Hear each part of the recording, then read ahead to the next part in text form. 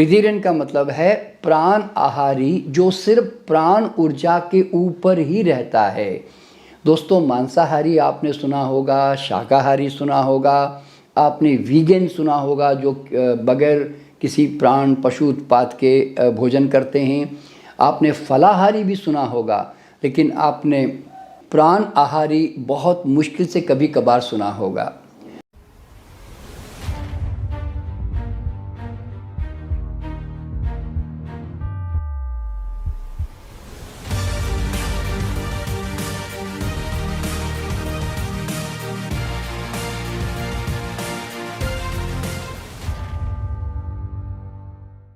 दोस्तों नमस्कार, मैं doctor NK Sharma.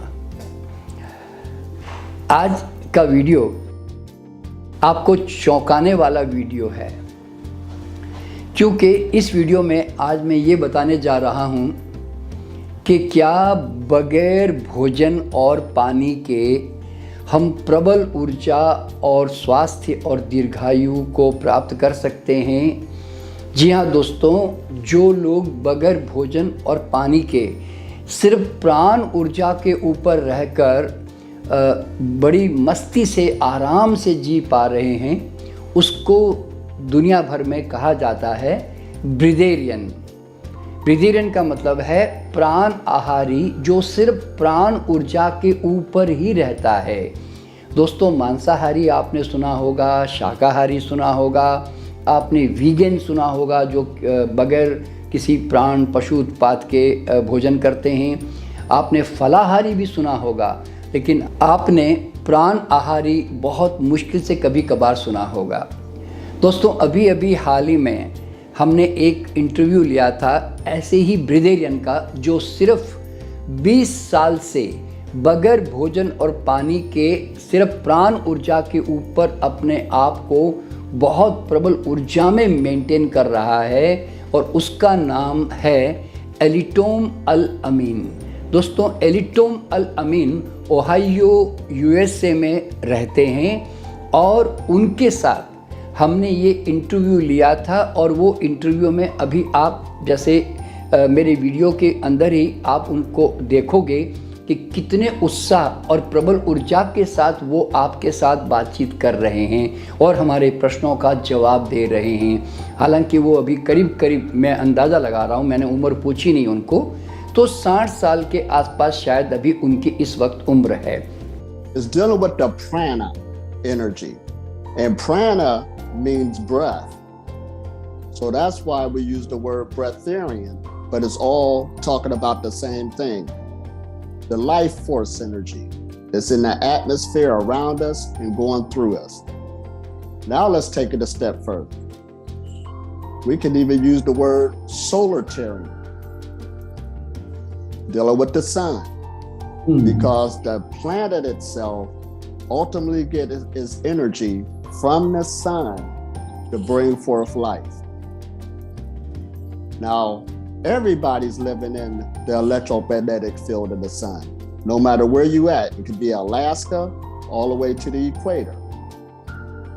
Wintertime, summertime, it doesn't matter. But we're still living under this life force energy. That's why life is there. So we're walking into this. So now, how do you live off of this? Now, everything is energy. You got denser energies, what we call physical matter, whether if it's beef, meat, or fruit, or a vegetable. They're all different forms of energy. Some have more energy content than others, but they're all energy sources. Now we got the subtle energies. Subtle just means something you can't see, taste, or smell. And when we take the air around us, that's why we call it breatharian. We put the air in there with the word. We live in the bottom of gases. We got oxygen around us, nitrogen, hydrogen, carbon, argon, and water is in the atmosphere. Yes, there's moisture in the atmosphere right now. So we living in these gases, but the average person is not aware of it. Here we go, they're not aware of it. So this is why we say meditation is the foundation of this journey. तो दोस्तों ऐसे कैसे हो सकता है, इसके बारे में मैं बताना चाहूँगा कि जब मैंने प्राकृतिक चिकित्सा जगत के क्षेत्र में अपना अभ्यास शुरू किया तो 1980 के पीरियड में मुझे मैकमिलन प्रेस जो कि वाशिंगटन में मौजूद है, उसमें एक किताब मेरे हाथ में आई, डॉक्टर हिल्टन होतेमा। आप चाहें तो गूगल में सर्च कर लीजिएगा, इनका नाम है हिल्टन होतेमा। तो हिल्टन होतेमा की एक किताब मेरे हाथ में आई जिसका नाम था ब्रिदेरियंस। तो मैं बड़ा चौंक गया कि भाई ये ब्रिदेरियन क्या होते हैं। तो उसको पढ़कर पता चला कि दुनिया भर में कई सालों से, हज़ारों सालों से इस तरह के प्रयोग लोग जो है करते रहे हैं, हमारे ऋषि मुनि भी प्रयोग करते रहे हैं। और आज भी हिमालय में ऐसे कई साधु हैं जहाँ ना कोई प्लांट है, ना कोई पेड़ पौधे हैं, और बर्फीली पहाड़ियों के भीतर आज भी ऐसे कई साधुगण जो है जो गुफाओं के अंदर सिर्फ प्राण ऊर्जा से ही अपने जीवन का संचालन कर रहे होते हैं। तो मुझे एक बात दिमाग में बिल्कुल साफ हो गई कि आदमी बगैर भोजन और पानी के भी केवल प्राण ऊर्जा के ऊपर भी बहुत लंबी आयु को प्राप्त कर सकता है और स्वस्थ रह सकता है, सबसे बड़ी बात।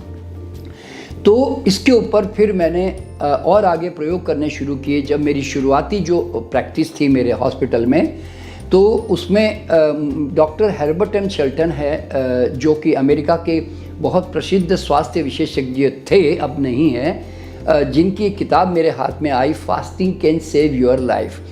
तो उसके अंदर उपवास के बारे में मुझे बहुत कुछ जानकारी मिली। तो मैंने उपवास के ऊपर काफ़ी प्रयोग करने शुरू किए और मैंने मैक्सिमम से मैक्सिमम 90 डेज़ के मैंने कम से कम उपवास कराए। और 40-45 दिन, 30 डेज़ और 20 डेज़ के तो बहुत मामूली उपवास थे मेरे लिए। तो मैंने कई सालों तक उपवास पे बहुत गहरा अध्ययन किया और मैंने ये अनुभव किया कि शरीर का जो संचालन है वो हमारे भोजन और उसके ऊपर निर्भर है ही नहीं।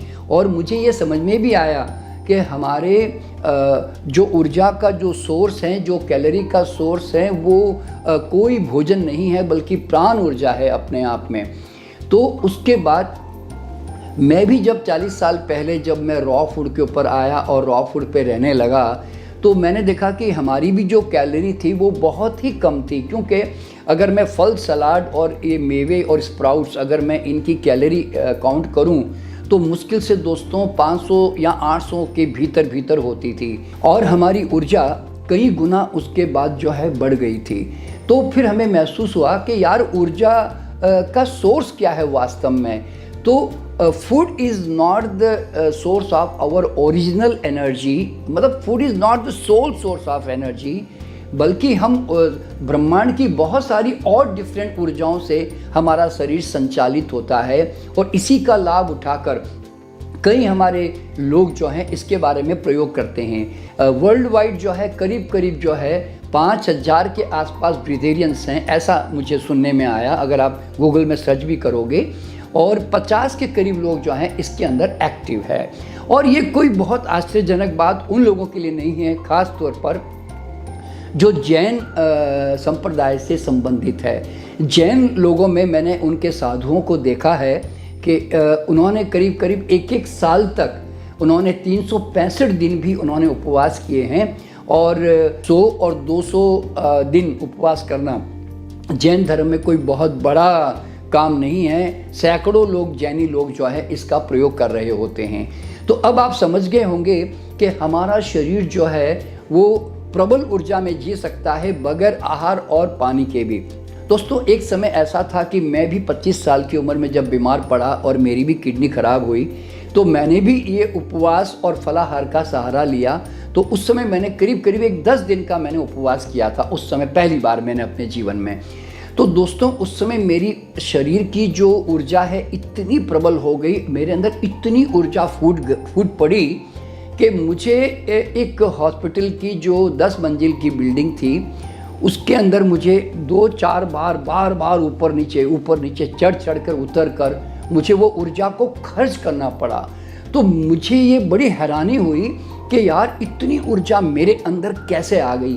तो मैंने इसके ऊपर जब खोजबीन की तो मुझे पता चला कि हमारा शरीर जितना विष रहित, विषाक्तता रहित यानी कि टॉक्सिक फ्री होता है, उतना ही प्राण ऊर्जा का प्रवाह हमारे शरीर में बड़ा जोर से चलता है। तो इसीलिए हमारा शरीर जो है कम से कम आहार में मैक्सिमम ऊर्जा को दे सकता है। और food is a tax on the body और ऑन द कॉन्ट्ररी, और जितना हमारा फूड टॉक्सिक होता है उतनी हमारी ऊर्जा कमज़ोर होती है, कम होती है। और जितना हमारा शरीर नॉन टॉक्सिक रहता है तो उतना ही हमारी ऊर्जा प्रबल हो जाती है। तो ये चीज़ें जो है मुझे समझ में आई।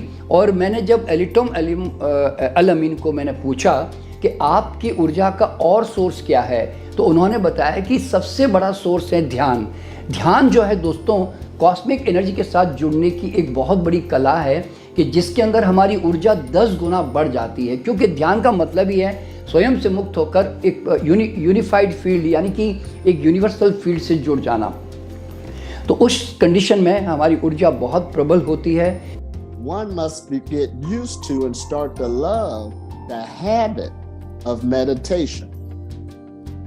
This is necessary because we have energy channels in the body. Now, most of us heard of the word chakras, the 7 major chakras. However, we got chakras all over the body. Chakras is just energy centers.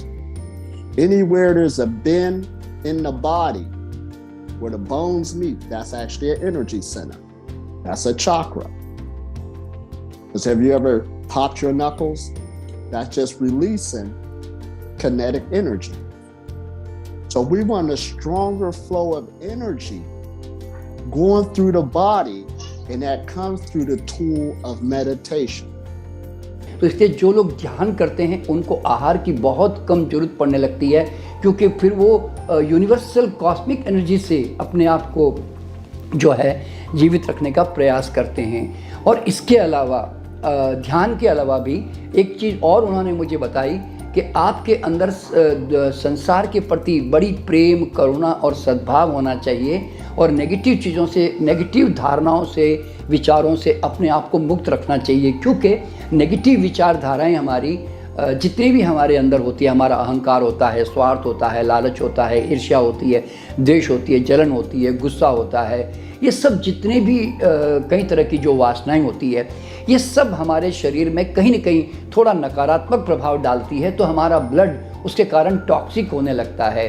तो इसलिए हम जितने शुद्ध आत्मा बनकर जीते हैं, शुद्ध विचारों में जीते हैं, उतनी हमारी ऊर्जा प्रबल होने लगती है और हम कम से कम आहार पे जीवित रह सकते हैं। ये साइंस जो है हमें समझ में आया।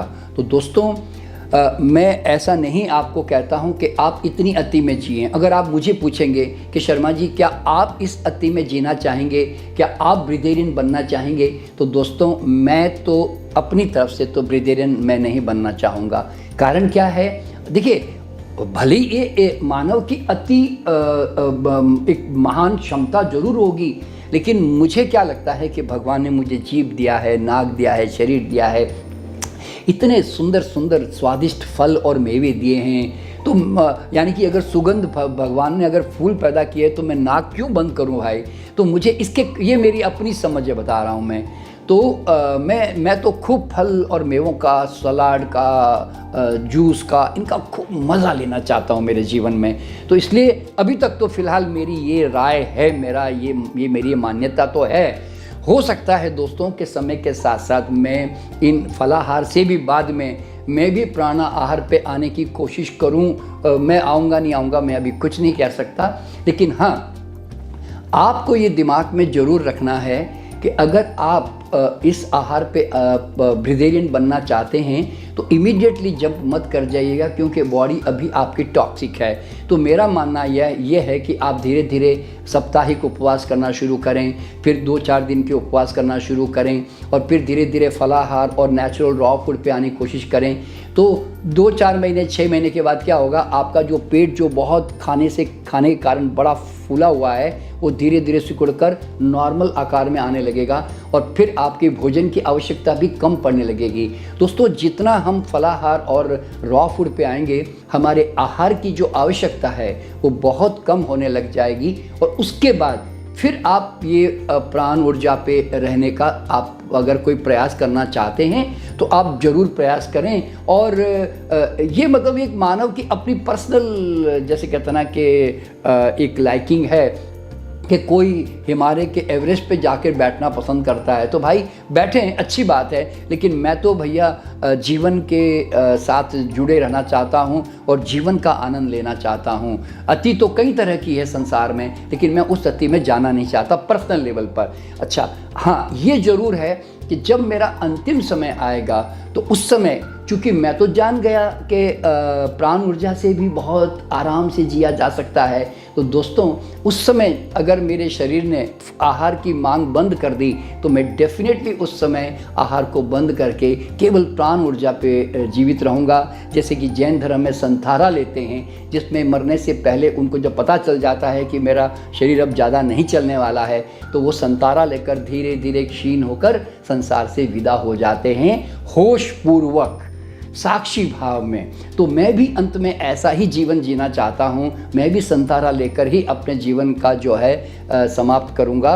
तो दोस्तों, मैंने अल अमीन के थोड़े थोड़े अनुभव 1-1 मिनट के मैंने इसके अंदर जोड़े हैं, आप उसको ज़रूर देखिएगा और आशा है आपको ये सब वीडियो पसंद आएगा। तो कई लोगों ने ये मांग की थी कि मैं इसको हिंदी में बनाऊं, क्योंकि लोग उस समय उसको इंग्लिश में समझ नहीं पाए, इसलिए मैंने ये वीडियो हिंदी में बनाया है। तो मैं आपको बहुत बहुत शुभकामना देते हुए मैं आपसे विदा लेता हूं और मैं फिर आऊँगा एक नया वीडियो लेकर एक नए विषय के साथ।